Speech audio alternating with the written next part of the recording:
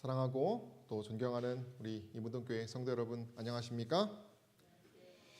저는 오늘 자기 마음대로 사는 세대에 대한 사사시대의 교훈이라는 제목으로 함께 사사기의 말씀, 특별히 후반기에 기록된 두 사건을 가지고 은혜를 나누고자 합니다. 저희가 지난 시간 시딤 골짜기에서의 또 여러 이야기들을 나누면서 오늘은 이제 그 이후 예수 그리스도의 표상이었던 모세가 죽고 난 이후에 그 다음에 여호수아에게로 하나님께서 또 그 지도권이 넘어가고요. 그리고 이 여호수아도 죽고 난 다음의 사건을 좀 함께 나누고자 합니다. 이제 이 그림처럼 그들이 요단을 건너 저 보이는 강 요단을 건너서 하나님의 땅 예비하신 땅 가나안으로 그들이 가게 됩니다. 여기 보시면 이제 여기서 이 요단을 도하하여서 이 가나안 땅으로 가게 된 이후의 사건들입니다. 이게 요단강 옛날 사진이라고 합니다. 어떤 이 강을 건너면서 그들이 이제 새롭게 무엇이 시작되냐면 이제 정복 시대와 사사 시대로 이제 넘어가게 되는 것입니다. 이거는 이제 성경을 통하자라는 책의 도표인데 기원전 1400년경에서 한 400여 년간의 기간이 이 사사 시대라고 신정 시대라고도 불리웁니다. 오늘은 이 여호수아가 이제 가나안 땅 간 이후에 제가 알기로 110세에 죽고 그리고 한 10년을 좀 못 살고 죽은 걸로 제가 알고 있습니다. 그런 다음에 이제 그 통치권이 장로들에게 다 넘어갑니다. 그래서 그 장로들이 이제 통치하면서 하나님의 음성을 백성들이 들으면서 사사기는 시작됩니다. 그래서 여기 사사기 1장에 보면 여호수아가 죽은 후에 이스라엘 자손이 여호와에게 묻자와 가로되 누구하고 싸우리까 하면서 이제 하나님께서 이렇게 정치하시는 시대로 넘어갑니다. 그래서 이제 사사들을 통하여 하나님께서 또 말씀을 더 분명하게 나타내 주시기도 합니다. 그래서 여기 이제 구속 내비게이션 책을 보면은 여기 사사기 1장부터 21장의 쭉 내용이 신정 통치로 해서 여러 우리가 잘 아는 이런 선지자들이 등장을 합니다. 우리 SD 주석에 보면 이 사사기에 대하여 이 주제에 대해서 이렇게 얘기를 합니다. 하나님께서는 그들을 불쌍히 여기셔서 구원자 또는 사사를 일으키셨으며 그는 속박의 멍에를 깨뜨리고 그가 죽기까지 백성들을 다스렸다. 이것이 이 책의 주제적 요소이다 라고 합니다. 그것이 이제 신정정치의 하나의 모습입니다. 근데 이 저자 이 사사기는 실패의 책이라고도 합니다. 왜 그렇습니까? 이 사사의 기에 나오는 사건들이 이게 많이 이게 슬픈 이야기들이 많고 이 마지막 내용도 슬픈 이야기로 끝납니다. 그래서 여기서도 마찬가지로 주요 주제가 종교에서 벗어났을 때 죄가 드러나고 배교되었을 때 하나님이 얼마나 불쾌하셨는지를 나타내는 책이라고 말할 정도로 이 사사기는 그런 내용들을 담고 있습니다. 그래서 이 구속 내비게이션을 보면 사사 시대를 400년간 혼돈의 땅이라 이렇게 말합니다. 그래서 이 혼돈 가운데 하나님께서 새 빛으로 또 창조의 질서를 세우시는 것이 하나님의 또 이야기입니다. 영감의 글에 보면 이 사사 시대의 배경에 대해서 이렇게 얘기를 합니다. 이스라엘 백성은 그의 숭고한 운명을 돌아보지 아니하고 안일과 방종의 길을 택하여 가나안 정복을 완수할 기회를 잃어버렸다 이렇게 말합니다. 그래서 그들이 이제 혼돈 가운데 빠지는 것입니다. 그래서 이 선지자들이 너희 눈에 가시 또 옆구리에 찌르는 것이 된다라고 하는 블레셋, 암몬, 모압 여러 강대국으로 인해서 그들이 회초리를 맞습니다. 그 이유에 대해서 이스라엘 사람들은 열방과 섞여서 그 행위를 배웠다 이렇게 말합니다. 세상 것이 이제 혼합주의가 되면서 범벅이 돼버린 것입니다. 그죠? 세상 것과 자폰하고 우상 숭배가 연병처럼 퍼지고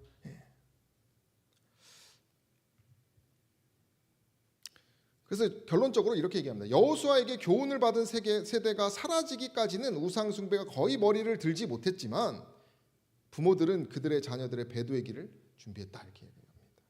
그러니까 정말 그 신실한 아버지가 있을 때는 뭐 했다는 것입니까? 잘 지켰다는 것이죠.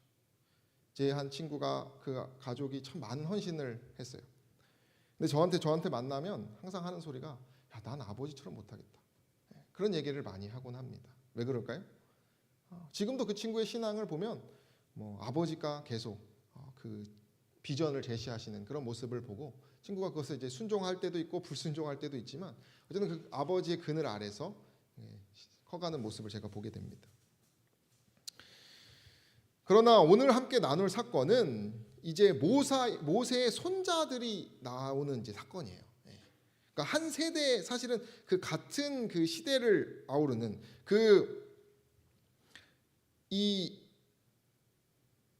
그런 어떤 상황입니다.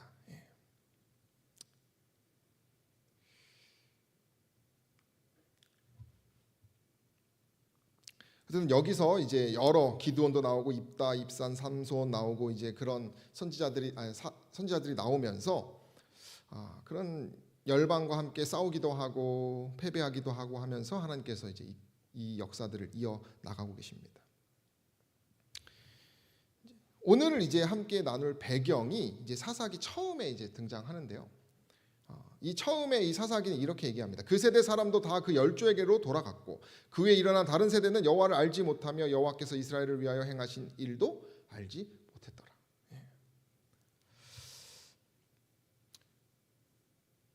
그래서 그들이 어떤 악행을 저질렀는지에 대해서 쭉 나옵니다. 악을 행하고 바알 섬기고 여호와를 버리고 신들을 쫓고 여호와를 진노하게 하고 여호와를 계속 버렸다 이런 기록을 하고 있습니다. 오늘 함께 나눌 사건은 사사기 17장부터 기록된 사사기의 마지막 되어 있는 그 사건이에요. 근데 이 사건은 마지막에 있어서 이 역사의 마지막 사건이 아닙니다. 사사기 그 끝에 있었던 사건이 아니고 사실은 이 사사기 초기에 있던 사건을 마지막으로 뺀 것이에요. 이것은 역사를 강조하려고 쓴 것이 아니라 저자가 이 죄라고 하는 것, 이 사사기에 나타난 가장 극명한 죄와 교훈이 무엇인지를 더 강조하기 위하여 마지막으로 뺀 것입니다. 그래서 여러 신학자도 마찬가지지만 에세이 주석도 두 가지 부록으로 끝을 맺다. 그것이 사사기 17장부터 기록된 두 가지 사건인데 둘 다 어느 초기요? 사사시대 초기에. 그러니까 사사기에 나오는 맨 마지막의 내용이 사사기 초기 여호수아가 죽고 난 이후에 얼마 안 돼서 한 20년 정도 빠르면 더 빠를 수도 있고요. 그때 나타난 사건이라는 것입니다. 다시 정리하면 이 사사기는 이렇게 되어 있습니다. 1장부터 3장은 이스라엘의 패배와 역사가 이제 악순환되고 있는 모습을 보여주고요. 그다음 3장 초반부터 사사들을 통한 구원의 이야기가 우리가 아는 그 여러 이야기들이 나옵니다. 그런 다음에 오늘 주제가 되는 17장부터가 종교적 사회적 타락에 대한 얘기를 하고 있어요. 근데 이 사사기 초반에 사사기 1장 2장에 있는 이스라엘 패배와 어떤 그들의 악순환의 개념이 이 사사기 17장 21장하고 하나라고 하는 것이죠. 왜냐하면 이 17장 21장에 나온 그 악행들이 사사시대 초기에, 그러니까 역사로 치면은 모세와 여호수아 시대가 끝나고 여호수아가 죽은 이후에 장로들이 이제 통치를 하면서 오늘 다루는 사사기에 기록된 마지막에 기록된 기브아 사건으로 이제 넘어가는 것입니다. 그런 이후에 이제 사사 시대가 전개되는 것이에요.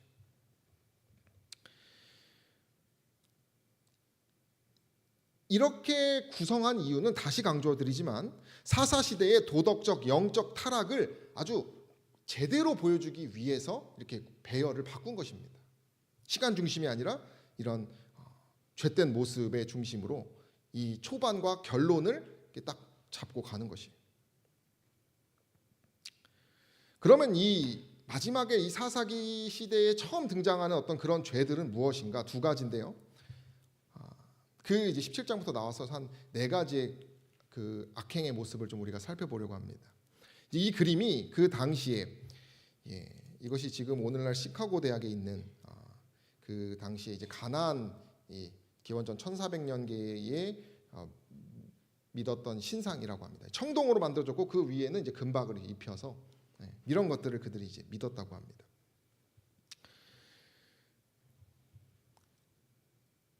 근데 사사기 17장은 이러한 신상에 대한 이야기가 나옵니다. 이 신상에 대한 이야기는 한 책에 보면 종교적으로 타락한 이야기인데 미가라고 하는 가족이 자기 생각으로 여호와를 섬기는 이야기에 대해서 말을 합니다.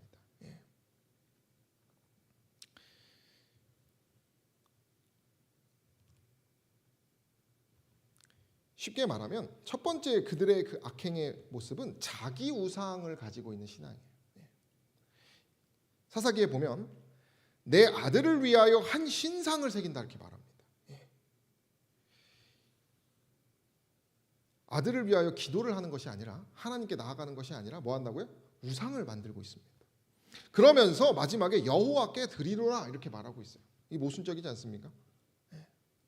우상을 만들지 말고 섬기지도 말라고 하였는데 아들을 위하여 신상을 거역을 하면서도 여호와께 거룩히 드린다라고 표현하고 있습니다. 이것은 여호와께 드린다라고 말은 하지만 정작 실제로는 자기 취향으로 뭐 하는 것이에요? 신앙을 하고 있는 것입니다. 형식은 여호와의 것을 가지지만 내용은 자기 멋대로 자기 마음대로 자기가 하고 싶은 대로 신앙을 하는 것입니다. 이 미가의 가족은 에브라임 지파의 사람들이라고 합니다. 근데 이 에브라임이 이렇게 될 수밖에 없었던 이유는 그들이 가나안 주민들을 완전히 쫓아내지 못했다고 해요. 그래서 이 혼합주의가 들어오면서 그들이 이 신상에 대한 분별력이 떨어졌다라고 얘기합니다. 그리고 그들은 정규 예배의 중심지가 실로라고 하는 에브라임 산지로 가야 하는데 지금 이 사람들은 예배터를 자기 가족 예배당에다가 짓고 있는 것이에요. 예배의 질서를 파괴하여서 자기 소견대로 사적으로 예배를 드리고 있는 모습입니다. 이 에브라임 산지, 이 미가의 가정이 있는 곳이 이게 도로가 잘 발달된 곳이라고 해요. 그래서 혼합주의가 더 많이 있었다라고 합니다. 그러니까 그 입지가 아주 경제적으로나 이제 도로적으로나 이게 뭐한 것이에요? 상업화되어 있는 이런 곳이었다는 것이죠. 도시였다는 것이죠. 그러니 그런 어떤 교통적 어떤 문화적 허브이기 때문에 뭐하는 것이에요?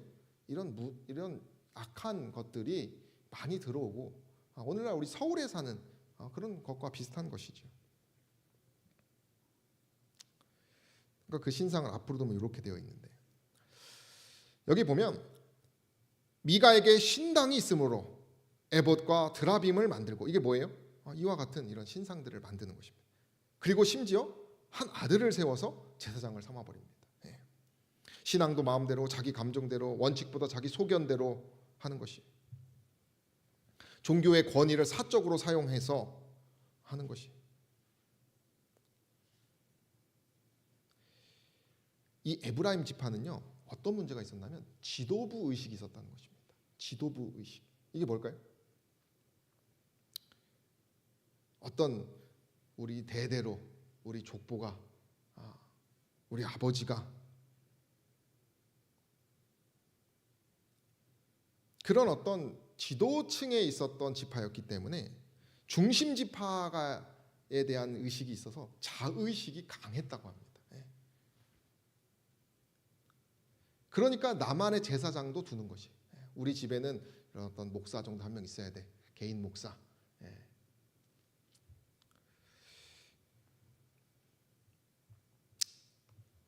그런 식으로 그들이 개인 우상의 개인의 감정을 하나님보다 더 원칙보다 더 앞세우는 신앙을 했다는 것입니다.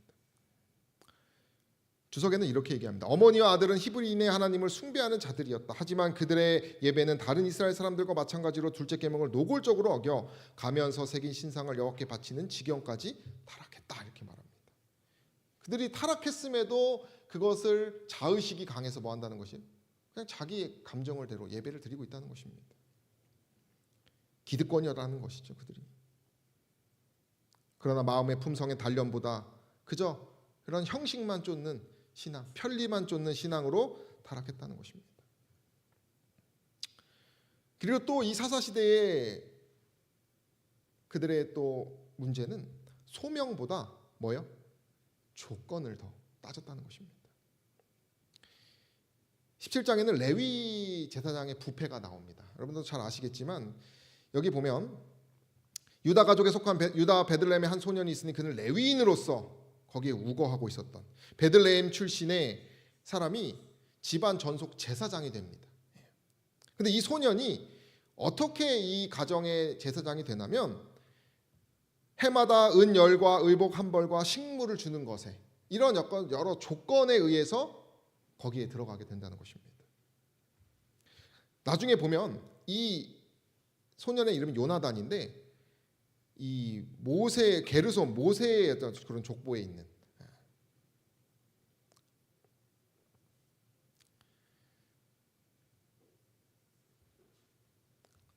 그리고 나중에 이 레위인은 또 조건에 따라서 또 돌아가요. 또 배신하고 갑니다. 여기 보면 내가 한 사람의 집의 제사장이 되는 것과 이스라엘 한 지파 한 가족의 제사장이 되는 것이 어느 것이 낫겠느냐? 너가 이 한 가정을 이루는 것보다 큰 지파에서 제사장 되는 것이 더 낫지 않냐? 그랬더니 우상을 싹 들고 가가지고 그 제사장이 되는. 주석은 이렇게 얘기합니다. 처음에 그는 돈을 벌기 위하여 미가의 우상 앞에서 성직을 수행하려고 모세의 율법에 구체적으로 명시된 순전한 경배를 저버렸다 이렇게 말한다는 것이 가난이라고 하는 것이 그의 어떤 자존감이 바닥치는 어떤 그런 그의 어떤 여러 성향적인 약점이 그의 소명보다 앞서 버린 것입니다. 그래서 그가 자신의 정욕을 채우는 것이 더 뭐 하는 것이에요? 예배 드리는 것보다 하나님의 뜻대로 하는 것보다 더 낫다는 것이. 오늘날 교회의 맘모니즘에 대해서 얘기를 많이 합니다. 그것이 무엇입니까? 무슨 뜻입니까? 이 맘모는 돈의 우상을 말하죠. 교회의 숫자, 건물의 크기, 헌금의 규모, 목회자의 사례비, 그 목회자 교회의 승용차 모델, 어떤 이런 물량적 지표로 인해서 뭘 판단하는 것이에요? 그 사람의 성과나 그 사람의 영적인 수준까지 판단해버리는 시대가 오늘날의 시대입니다. 그래서 종교적 성공을 그런 것으로 보게 됩니다. 연말의 선물 얼마나 들어오는 것인지. 그것이 다 세상 사람들이라는 정신이 뭐예요? 다 들어오는 것이. 또 교회는 돈에 따른 직책이 부여됩니다. 면죄부가 되는 경우가 있습니다. 문제는 이 물질적인 것으로 인해서 이랬다 저랬다 하면 이것이 기복신앙으로 이어진다는 것입니다. 오늘날 많은 개신교들이 이 기복신앙, 이 물질의 신앙에 대해서 다 빠져 있어요. 뿐만 아니라 힘 있는 가족, 기득권들이 득세하고 심지어 성직 매매까지 해버리죠. 그죠? 교회에 또 세습도 하고요. 이것이 오늘날 그런 조건으로 따라가는 소명보다는 조건이 우선되는 그러한 타락의 모습을 이 사사기의 시작은 말해주고 있다는 것이. 또 세 번째는 무엇이냐면 공동체적으로 우상을 숭배해버립니다. 아까는 그 개인의 가정에서부터 시작됐던 것이 그것이 이제는 공동체적으로 함께 우상 숭배를 해버립니다. 여기 보면 땅을 탐지하러 갔던 5사람이 그리로 들어가서 새긴 신상과 에봇과 드라빔과 부어 만든 신상을 취할 때에 제사장은 병기를 띤 600명과 함께 입구의 문에 섰다 이렇게 말합니다. 당시에 기업을 얻지 못한 땅을 얻지 못한 지파가 있었는데 그것이 단지파였습니다. 근데 단지파는 그 블레셋의 힘이 너무 세가지고 얻지를 못하고 있었어요.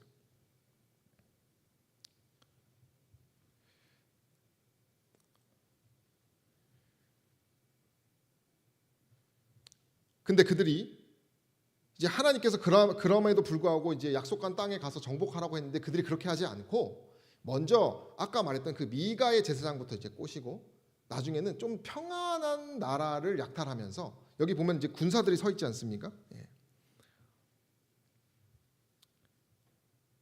소라 에스다올이라고 하는 곳에 정탐을 보내서 거기에서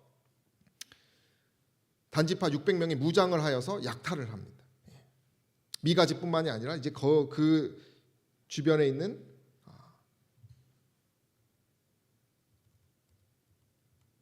나라까지 그들이 가지고 가고 있어요.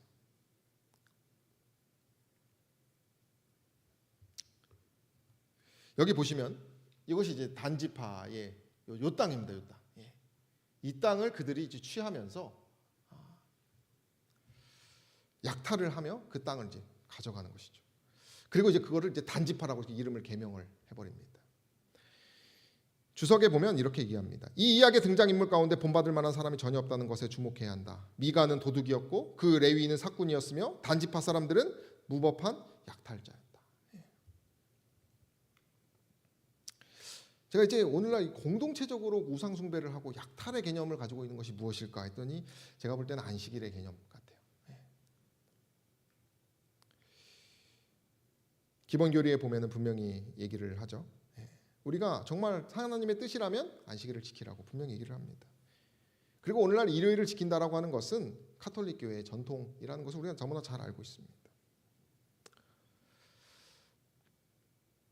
한 책에 보면 분명히 로마 카톨릭 교회가 주일 중 첫째 날의 일요일을 거룩하게 지키라고 명하였다라고 말합니다. 안식일을 폐하고.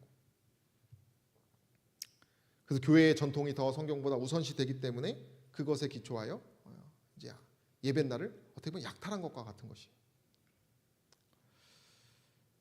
근데 사실 그 일요일 예배를 드리고 있는 그 근본은 무엇입니까? 우리가 잘 알지만 그것이 이제 이교에서 나오는 사상이지 않습니까? 잘못된 것이에요. 그렇게 하면 안 되는 것인데 그것을 가지고 참된 예배를 빼앗아 버리는 것이죠.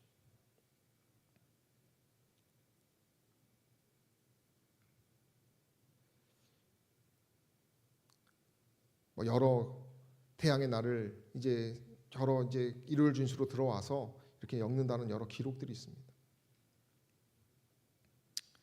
그래도 황제가 그 일요일을 이 유대인들과 또 개신교인들에 대한 이제 융합 정책을 쓰려고 이 그리스도인들과 유대인들이 다르다라고 하는 개념을 무시하고 이교도들과 또 일요일과 유대교를 하나로 묶는 것이 일요일을 신성시하면서 그 진리를 약탈하여서 일요일 예배를 드리도록 해버립니다. 그 어떤 그런 역사를 통해서 우리가 잘 아는 역사를 통해서 진리가 약탈당합니다.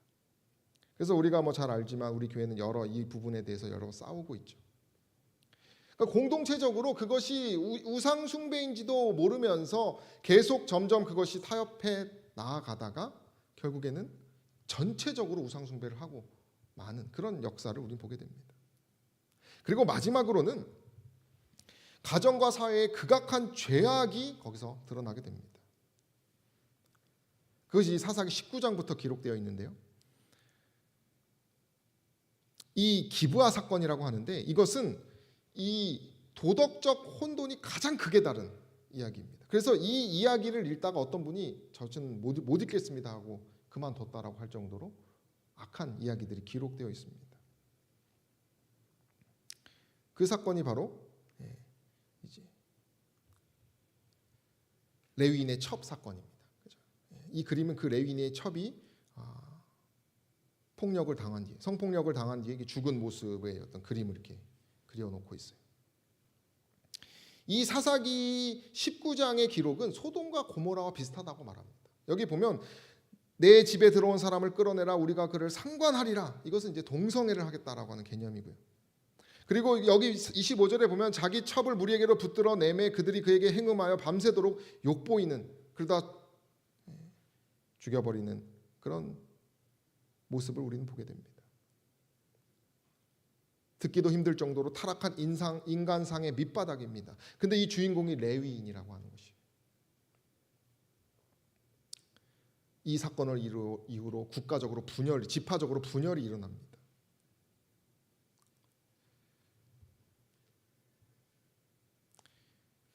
그리고 이 기록에 대해서 이 사사 선지자들의 지도력의 한계가 드러났다라고도 표현을 합니다. 그들이 이렇게까지 추악한 죄를 범하는데 그 사사들의 뜻은 일시적이었다는 것이죠. 힘이. 그래서 이 지도자가 되어야 할 레위인이 첩을 들이면서 여호와의 신앙을 버리고 지도적을 상실하고 사회와 같은 전반적인 죄를 짓는 모습을 보게 됩니다. 그래서 사사기에는 애굽 땅에서 나온 날부터 오늘까지 이런 일은 행치도 아니었고 보지도 못한 죄라고 이렇게 표현합니다. 오늘날로 치면 한 여인이 집단 성폭행을 당한 뒤에 시신이 훼손되어 사회 각지에 배달되는 것과 같은 것입니다.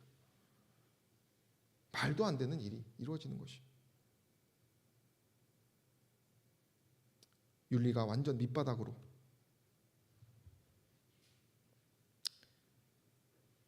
그래서 이로 인해서 지파들끼리 싸우는데요.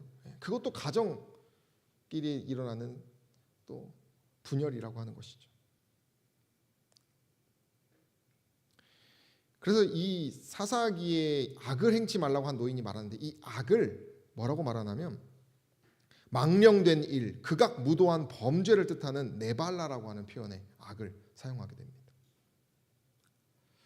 그래서 이 사사기는요, 쉽게 말하면 우리가 만약에 하나님을 떠나면 우리가 어디까지 죄를 범할 수 있는지에 대해서 말해주고 있는 책입니다.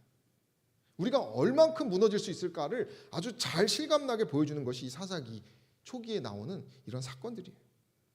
그래서 그것을 한마디로 정리하는 것이 뭐라고 말합니까? 사람이 각각 그 소견에 오른 대로, 이게 무슨 말입니까? 자기 마음에 합한 대로, 마음대로 행했다라고 말하는 것입니다.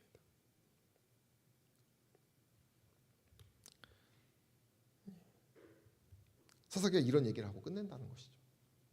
그럼 우리가 여기서 이러한 역사를 통해서 배워야 될 교훈이 세 가지인데요. 우리가 함께 교훈을 좀 살펴보도록 하겠습니다.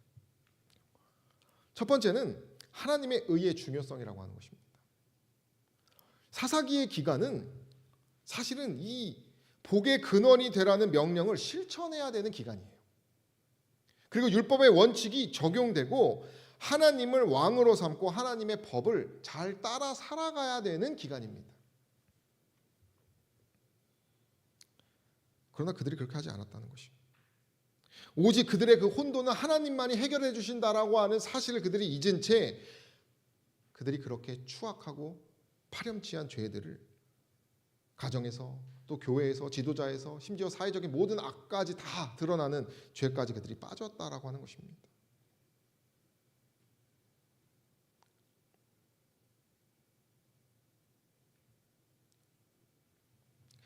구약의 성경윤리라고 하는 책에 보면 구약의 핵심 개념은 하나님의 거룩함이라고 말합니다. 선, 의, 공평, 용납할 만함에 대한 기준은 바로 살아계신 하나님 자신이다. 그러니까 우리가 하나님을 믿고 그리스도를 믿고 있는 사람들은 이 하나님 자신의 이 거룩한 속성에 맞춰서 뭐 해야 된다는 것이에요? 살아가야 한다. 그것이 하나님의 의입니다. 그 하나님의 의는 어떤 죄된 것도 다 용납하지 않으세요. 다른 신들은 좀 허용하기도 하지만 하나님은 결코 허락하지 않으십니다. 그래서 하박국의 기도에 보면 주께서는 눈이 정결하심으로 악을 참아보지 못하시며 패역을 참아보지 못하시거늘이라고 말합니다. 그것이 하나님의 모습이에요.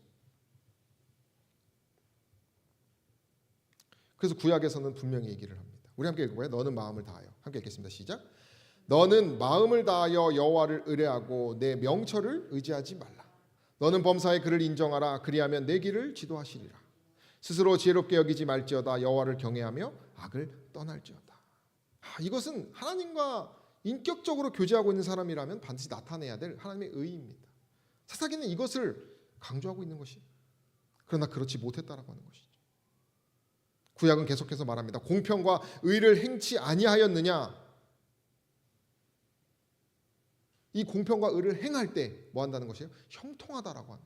그것이 하나님의 법칙이요 가나안에서 그들이 해야 될 법칙이었습니다. 가난한 자와 궁핍한 자를 신원하고 그 의를 행하는 것. 그러나 그들은 불의만 행하고 불순종만 했다는 것이죠. 각시대쟁투에 보면 인간의 이성이 이 땅의 지도력이 될 수 없다고 분명히 얘기를 합니다. 그러나 그들은 인간의 이성, 인간의 지혜, 인간의 힘으로 그 삶을 살아가려고 하다가 그렇게 넘어졌다라고 하는 것이죠. 하나님은 그것을 용납하지 않는 분이라고 하는 사실을 오늘 이 사사기의 기록을 통해서 기억하는 저 여러분 되시기를 바랍니다. 두 번째는 죄가 많은 곳이 기회가 많은 곳이라는 것입니다. 우리가 죄가 많은 데에 두려워할 것이 아니라 오히려 그 죄가 많을 때에 기회가 많다는 것을 알아야 돼요. 여러분, 그 아까 전에 그 죄를 이제 지었던 지파가 이제 베냐민 지파가 이제 싸워요. 근데 그 죄를 짓는 이 베냐민 지파, 그리고 그 하나님의 이 여러 12지파들이 계시록의 기록에 14만 4천의 그 품성을 가진 구원받는 무리로 이렇게 들어오게 되는 것을 우리가 보게 됩니다. 그들이 죄가 정말 많았지만 하나님께서는 그들을 다 멸절시키지 않고 그들의 누군가는 하나님의 품성을 소유한 사람으로 끝까지 남겨두셨다고 하는 것을 우리는 보게 된다는 것입니다.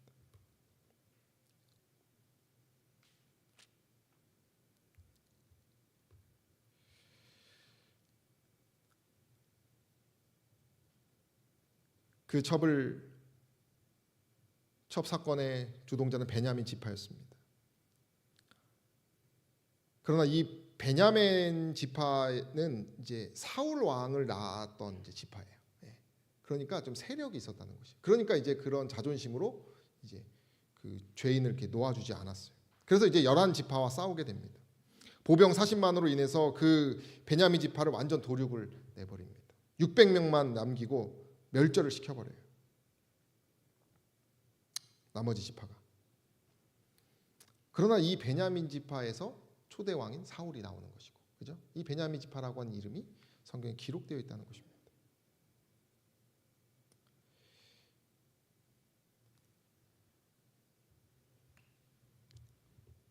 재미있는 것은 그 베냐민 지파가 이제 600명밖에 남지 않았어요. 600명밖에 남지 않았는데 나중에 이것을 납치혼을 시켜가지고 이제 인구를 늘려요. 이 베냐민 지파가. 근데 그걸 하나님이 원하신 것이 아니었습니다. 어쨌든 이 지파를 살리려고 다른 지파들이 나름대로 긍휼의 모습을 가지고 그렇게 하게 됩니다. 물론 하나님의 뜻이 아니었지만 납치혼은 그럼에도 불구하고 하나님께서 그 지파를 뭐 하신다는 거예요? 살려두시고 그 가운데서 역사하게 하신다는 것입니다. 그 씨를 이어가서 결국 12지파의 구조가 이어집니다. 물론 사울 왕은 실패로 끝났지만은 어쨌든 하나님은 그 죄 가운데서도 뭐 하시는 분이에요? 계속 기회를 주신다라고 하는 것이죠.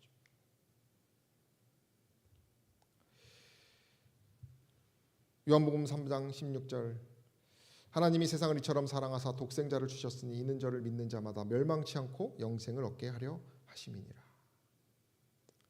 그 레위인은 자신의 첩을 던져가지고 죄값을 치르려고 했지만 하나님께서는 자신의 독생자를 그리스도를 통하여 그 죄값을 치르셨어요. 하나님 아버지께서는 겟세마네의 고통과 십자가의 죽음으로 우리를 죄에서 구원하기 위한 값을 치르셨다라고 분명히 얘기를 하십니다. 우리는 이 그리스도의 죽음으로 인해서 기회가 있다고 하는 사실을 기억해야 합니다. 인간의 노력으로는 죄값을 치를 수 없습니다. 그 베냐민 지파가 나름대로 이렇게 사실혼으로 납치혼으로 여러 개 하였지만 그것으로는 되는 것이 아니라 이제 우리들은 이 그리스도께서 우리의 이 죄값을 치르셨다라고 하는 진리로 인해서 우리는 뭐 할 수 있다는 것이 기회를 얻을 수 있다는 사실을 기억해야 합니다.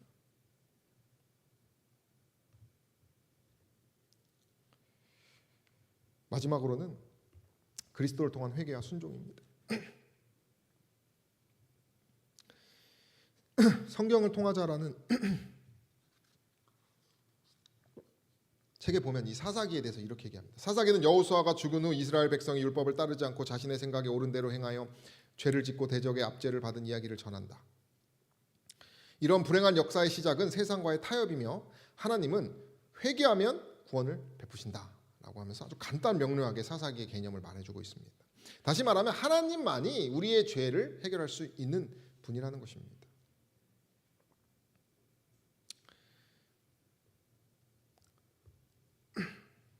영감의 글은 이렇게 얘기합니다. 하나님께서는 당신의 백성을 완전히 버리지는 아니하셨다. 언제나 여호와께 충실한 남은 무리가 있었으며 때때로 여호와께서는 충실하고 용감한 자들을 일으키셔서 우상 숭배를 타파하고 이스라엘 백성을 그 원수들에게서 구원하셨다라고 말하고 있어요. 여기 그림에 나와 있는 여인은 누굴까요? 이 사사기 다음에 무슨 책입니까? 룻입니다. 이 룻기는 이 지금 아까 말씀드린 그 죄악이 가장 극심한 상황 가운데서 있었던 가정의 여인이에요. 나오미와 그 가족은 불순종하여 심판을 받았으나 회개하고 순종하여 축복을 받았다. 모압 여인 룻이 다윗의 조상이 된 것은 하나님의 은혜가 만민에게 임하는 것을 보여준다라고 말합니다. 동일한 시대의 배경을 가진 사사기와 달리 사사기와 같은 룻기에서 뭐가 나와요? 이 은혜의 하나님의 모습이 나옵니다.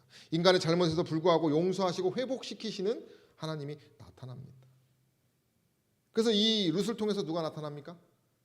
그리스도의 그 다윗의 족보가 나오지 않습니까? 룻기는 망가진 가족이 하나님의 은혜로 축복을 다시 회복하는 이야기예요. 저주받을 모압 족속의 여인입니다. 이 암흑기에 나타난 하나님의 놀라우신 사랑의 역사예요. 모압이 여기 어디 있죠? 여기 있습니다. 저 먼 땅에서 있었던 여인이에요. 이 책에 보면 이렇게 얘기합니다. 모압 여인 며느리는 하나님의 이름으로 맹세함으로써 새로운 생활을 하기로 결심하였다. 여러분, 이게 그리스도가 주시는 힘이라고 저는 생각합니다. 하나님의 은혜와 기회는 많지만 그것을 붙잡는 것은 뭐예요? 우리의 몫이에요. 모압 땅에 있었던 정말 이방 여인이었지만 그가 새로운 생활을 하기로 결심했다 이렇게 말합니다. 그녀는 스스로 맹세한 후에 죽음 위에 다른 이유로 나오미에게 떠나면 이스라엘의 하나님께서 벌을 내리시기를 원한다고 말하였다 이렇게 말합니다. 이 하나님의 역사 가운데, 암흑의 역사 가운데 구속의 실마리가 여기서 등장하는 것입니다. 이 이후에 이제 왕정 시대로 넘어가서 이제 사울 왕은 실패했지만 다윗이 등장하면서 예수 그리스도의 모형이 나타납니다. 소돔과 고모라와 같은 죄에 비견될 정도의 극한의 이 사사기 말년, 그 사사기 마지막에 나오는 사건이었지만 그 책 이후에는 이 룻의 믿음의 여정을 통하여 우리는 뭘 느끼게 됩니까? 하나님의 은혜를 느껴야 한다는 것이죠. 그리고 그것을 회개와 순종으로서 우리는 뭐 해야 됩니까? 붙잡아야 한다는 것이죠. 우리 노란 부분 함께 읽어볼까요? 룻의 고백입니다. 잘 아시죠? 함께 읽겠습니다. 시작. 어머니께서 가시는 곳에 나도 가고 어머니께서 머무시는 곳에서 나도 머물겠나이다. 어머니의 백성이 나의 백성이 되고 어머니 하나님이 나의 하나님이 되시리니. 우리가 이런 믿음을 가지면 우리의 운명은 바뀐다는 것이죠. 토스카닌이라고 하는 지휘자가 이런 얘기를 말했어요. 어려울 때 힘 대신 하나님께 감사하라. 좋은 환경만이 좋은 결과를 가져오진 않는다. 아담은 에덴 동산에서도 타락하지 않았던가 그랬어요. 우리가 때때로 너무 풍요롭고 모든 것이 좋을 때 뭐 해야 될까요? 조심해야 됩니다. 대한민국만큼 살기 좋은 데가 있을까? 이런 생각도 많이 하게 됩니다. 그래서 때때로 우리는 작은 것을 놓칠 때도 있어요. 그러다 보면은 우리가 이 사사기 초기에 기록된 이 죄들의 모습을 우리는 나타낼 수 있는 것입니다. 영감의 글은요, 작은 일들에 의해서 우리의 성품이 꼴져진다고 얘기를 합니다.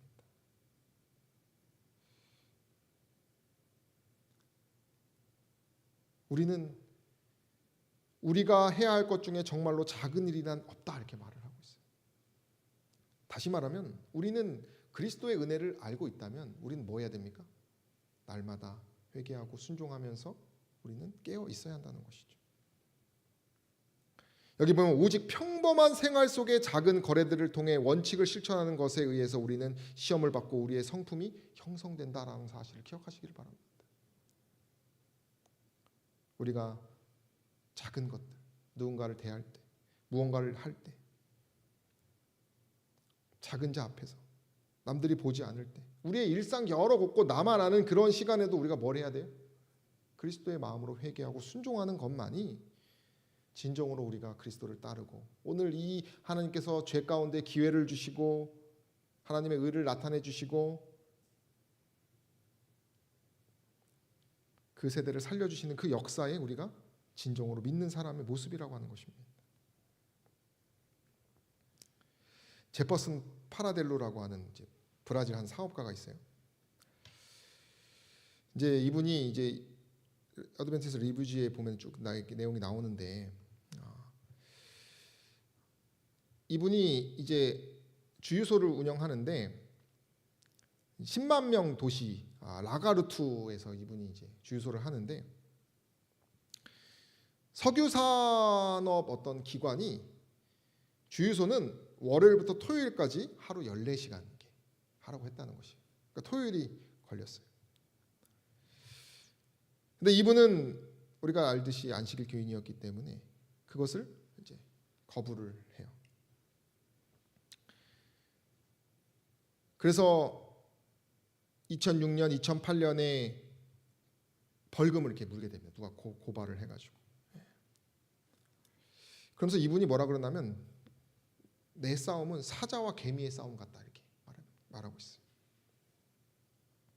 왜냐하면 그 기관이 경찰의 권한을 이렇게 가지고 있는 힘 있는 곳이라는 것이.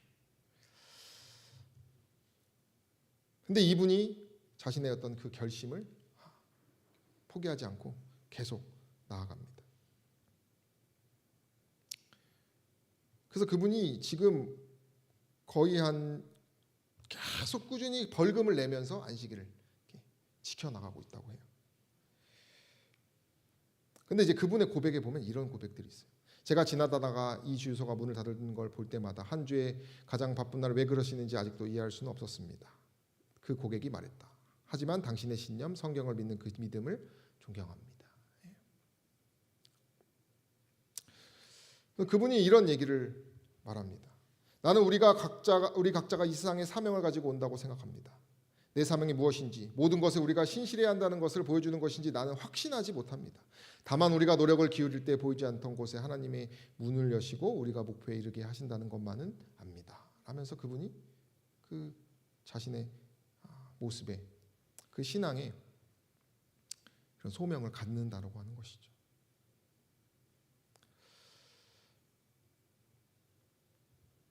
근데 이분이 하나님께서 축복을 하셔서 이 연로 그 하시는 그 주 회사로 하지 말고 다른 회사로 해서 뭐 그런 브랜드 바꾸라는 제안을 받기도 하고요.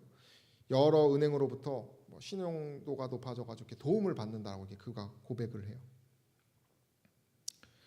그러면서 이런 고백을 합니다. 주께서 내가 품위 있게 살아가는 데 필요한 모든 것을 공급해 주셨습니다. 오늘 나는 정말로 하나님이 내 삶을 인도하시는 것을 본다고 말할 수 있고 그분의 말씀을 전하는 노력에 힘을 달라고 계속 구하고 있습니다. 라고 이렇게 그분이 얘기를 해요.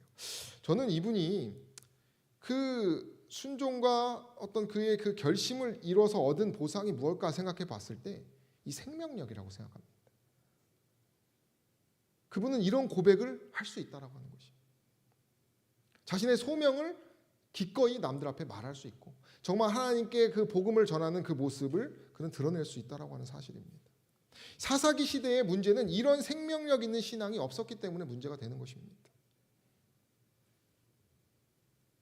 오늘 우리가 회복해야 될 신앙은 바로 여기에 있다는 사실을 기억하시기를 바랍니다.